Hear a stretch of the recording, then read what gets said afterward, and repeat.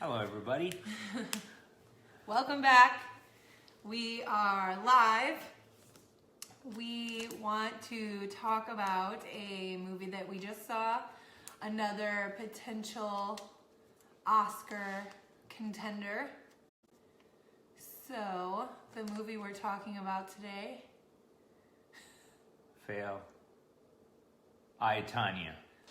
So, even when I heard that they were making this movie, I was very excited because I remember hearing about the Tonya Harding, Nancy Kerrigan scandal.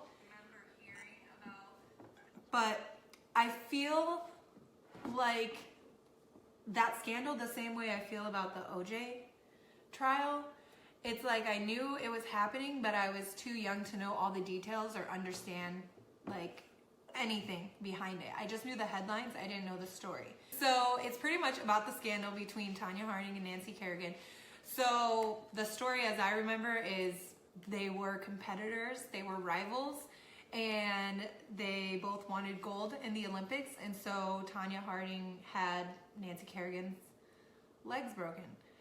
That's how I remember it, and I remember it very inaccurately. So this movie is Tonya Harding's perspective, her story, her side, as true as it is for her. So I don't know if it's the actual truth, but it's her truth.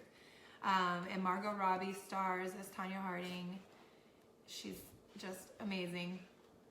So the story in general starts with, it gives you a little bit of backstory about Tonya Harding's upbringing, which she comes from just like poor middle class America, maybe not even middle class, No. lower class, Yeah. poor lower class, and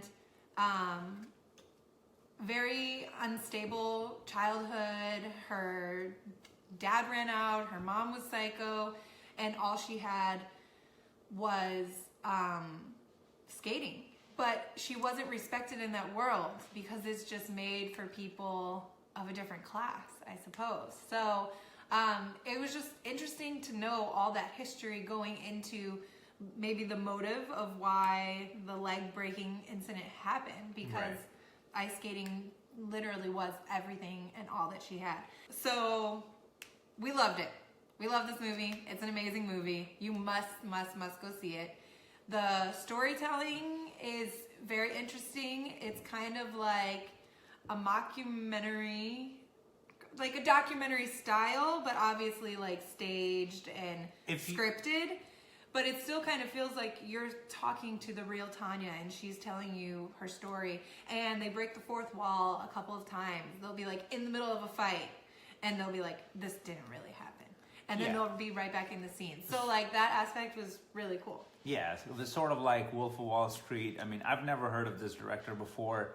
So just like looking into his past work and stuff, I feel like he's inspired by David O. Russell, the guy who did The Fighter. So, I mean, obviously the interviews were like very similar to that. If you guys dig that, you guys are going to love this movie.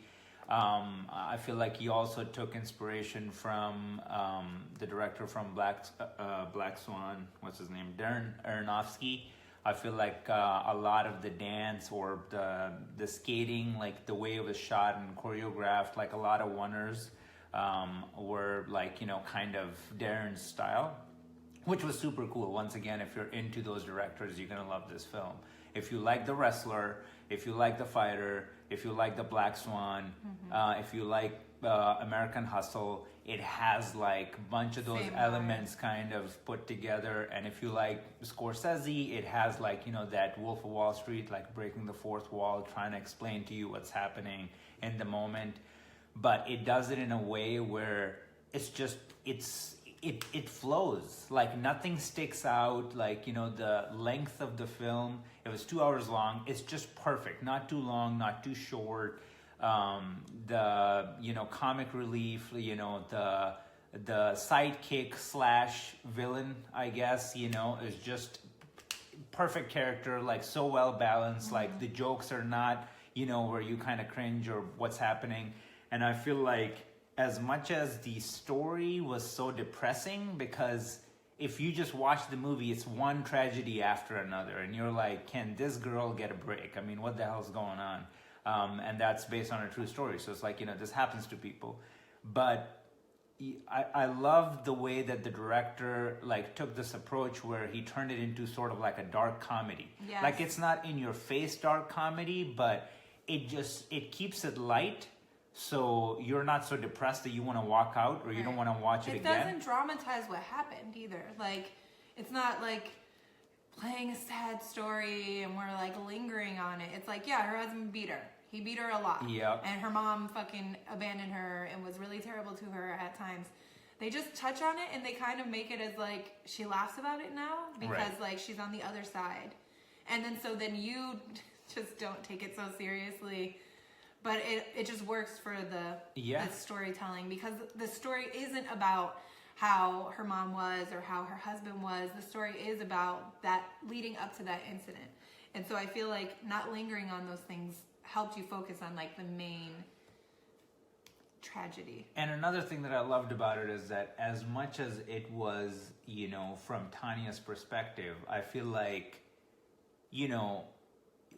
the husband beats her up, like time after time. So it's like, if you just hear about it, if I'm telling you about this guy, you hate this guy, this guy is terrible.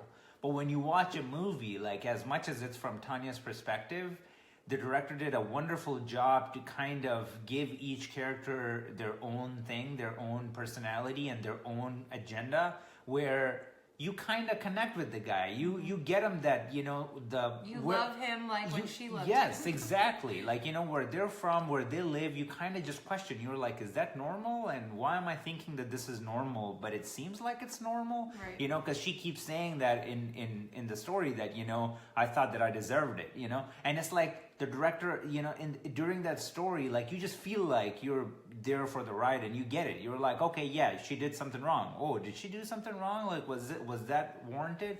And one of my favorite characters in the movie is the mom. I mean, first of all, she won. Allison Janney won the Golden Globe. Yeah, she won the Golden Globe for that role. So amazing performance. Like, not only just the performance, but the writing and how, the times she comes into the story, all the times that you just feel like she's a terrible mother. Is she a terrible mother? Because I personally feel like she has a lot to do with Tanya's success. The tough love, that sort of, role that she plays. Mm-hmm. I felt like, but throughout the movie, I'm just saying, there's going to be a moment in the movie where it's going to be a full circle, like they're going to come around. There's going to be a happy ending. Yeah. Exactly. And they're going to be like, oh, it was for this. It was for a greater cause. But it wasn't. It never happened. And in real life, Tonya Harding, I guess, is not really on good speaking terms with her mother. So they stayed true to that story. And at the end, they show footage of like the original people, and Allison Janney just portrayed her mother like to a T. God. It was insane. Oh my God. Like she made, I don't know, you just like, you believe her the whole time. So it's really crazy to see her go in that role. But in general, the casting was just really, all of it was really great. And just like seeing Margot Robbie like playing that role, I have, we both went to film school, so as much as we try to, keep ourselves out of that and just see things as like, normal viewers would, like we still fall into those roles to kind of dissect and like, kind of break it apart and just like analyze what's happening.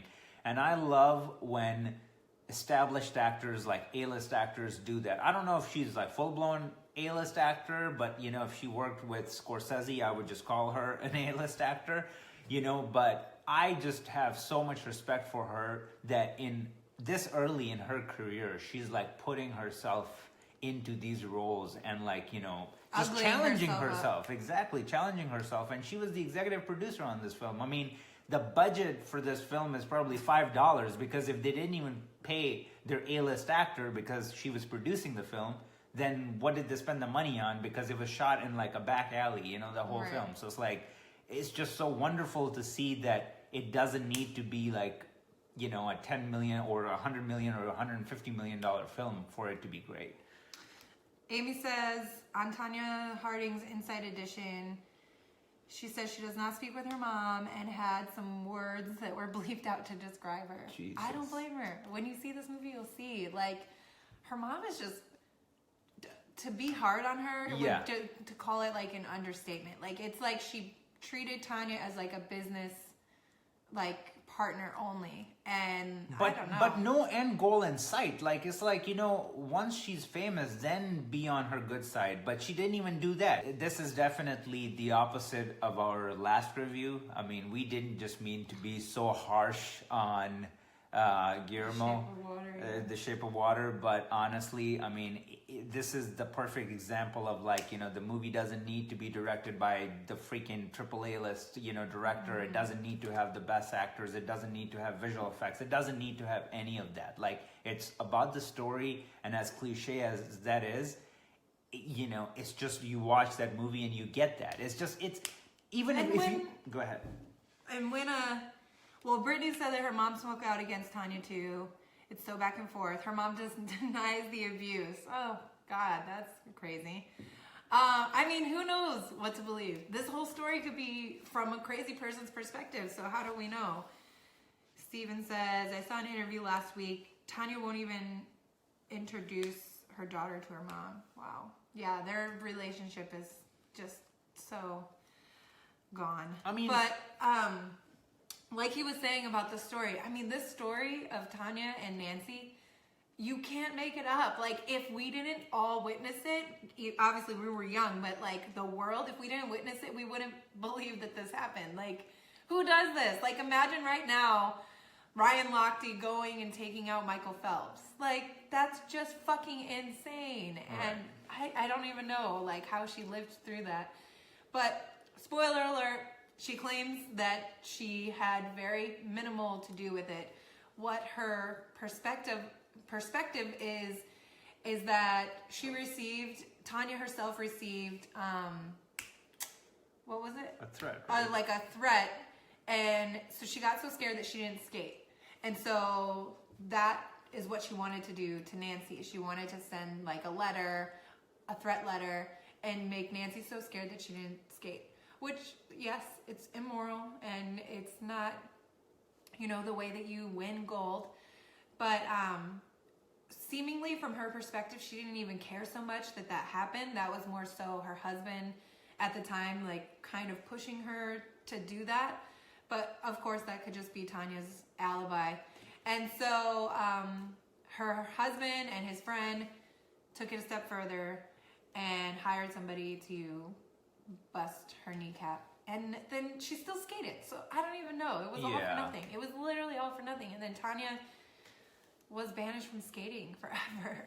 So kind of sucked for her all around. No, it's a lose-lose. I mean, once again, like, the story, it could have been such a freaking sob story, like such a sad movie. But this is why I just keep going back to that the brilliance of just storytelling and which parts he picked to, show or shoot is just that you come out of the theater, like, at the end they say that she has a daughter and they're living somewhere and she's fine, like, she has a job. Like, it's like, it just leaves you with, like, not necessarily you're not happy, but at the same time, like, you're not so depressed. You're just like, okay, like, I mean, it's resolved. And at the same time, like, it's just more of a social awareness piece that this happens, and in the movie they keep saying that Nancy is this prissy whatever, like, girl, so it's like the smallest thing will happen to her and will turn into such a big news, but, like, look, the stuff that's happened to me and nobody even mentions it. And I feel like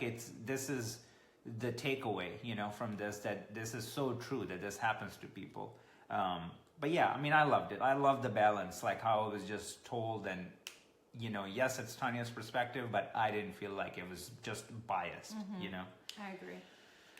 Steven said if Tonya never met that guy, this would have never happened. That's what her mom said. Yeah, I agree completely. Like, that guy he was the mastermind for sure. So we have to talk about one of Julian's favorite parts of the movie. It's just one scene with Margot Robbie, and she's pretty much getting ready to compete and putting on her face and bawling her eyes out while trying to be presentable and faking a smile. And I just loved that moment. First of all, Margot Robbie is phenomenal. Like she, just from this movie alone, she just went to the top of my favorite actress list.